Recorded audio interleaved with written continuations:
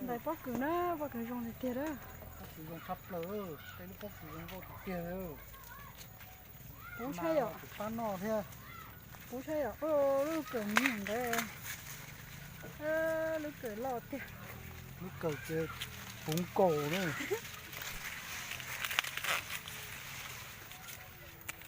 Nó bắt kỳ đó, nó cái nó bắt kỳ. Bố lúc cười lọt thôi bố ơi vô. Bố lấy chim đó. Bố có tôn đô nó ha, lúc cười nó mê tam bố. Nắm nó không kia nữa.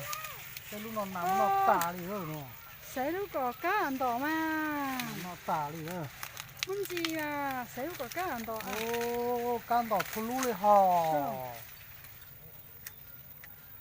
Dùng ý ảnh cổ sư hò. Nó té lo trái bên trong hò rồi. Nè, can đỏ thô lũ đi nò hò. Chỉ bỏ khá hơn. Nè, dùng nó đỏ tàu nhớ có chụp bó chưa? Chỉ bỏ đấy bông. Chính nó gì nán nọ chưa? Nó thấy bỏ bó. Không có được ta. Lô. Nó cứ không có thiếu. Lo đó.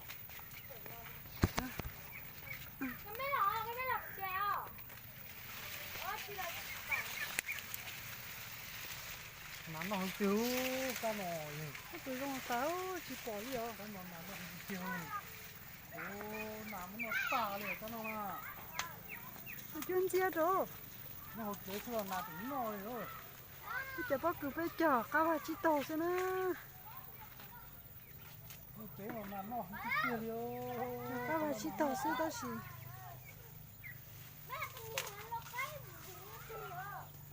Mất xa đâu lỡ rồi.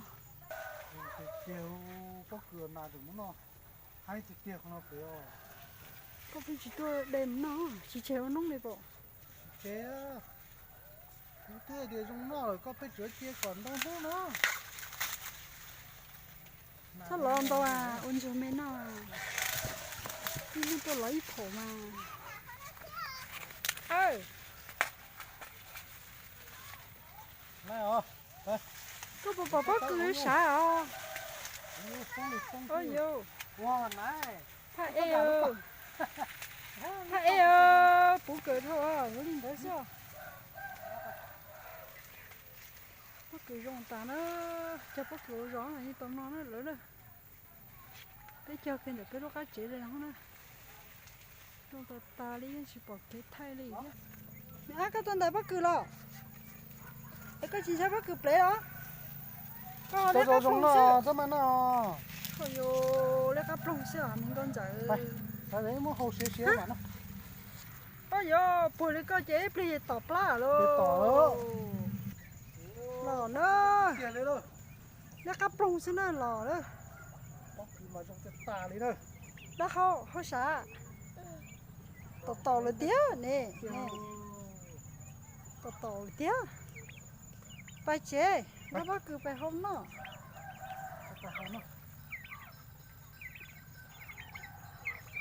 Mỗi tên này mong nó tu lên nó là cái tao phát cứ nổi nhá.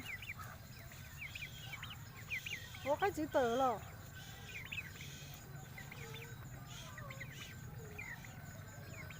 Sao tao nó chỉ học cây nho nữa.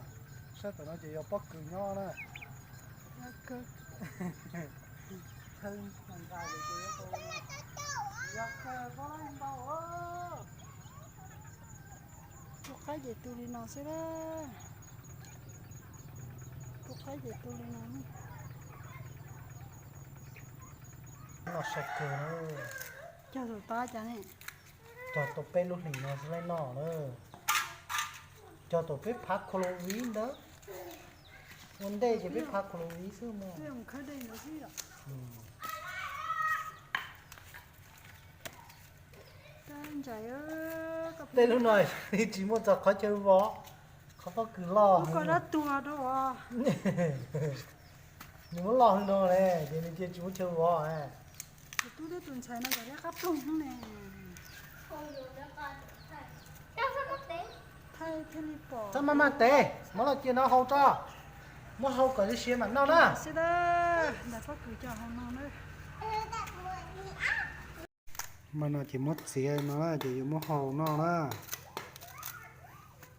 ngô thoát xe gì mà trốn lúc bất cứ mà có chỉ bố bất cứ lo lý lo tôi nữa có điều phải như plong là gì nhỉ na khó plô coi là khó hai nè ha plong là gì plong là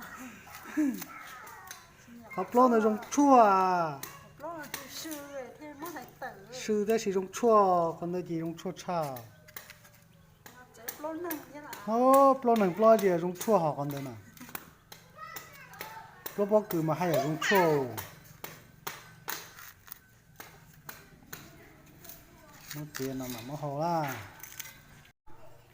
mất hồ đó chọn đồ lục cô chỉ hồ bên nào nữa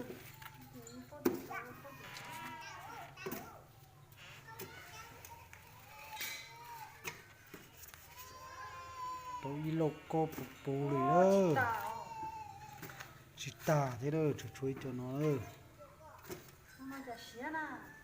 cho khỏi chờ ra mà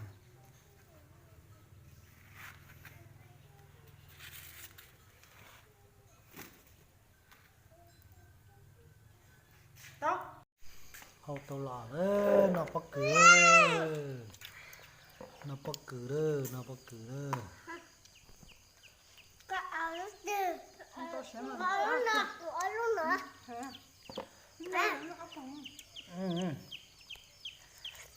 cá tê tê đó cá chỉ chập rồi bắt cửa đó nó biết nó bắt cửa đó trồng phong như đó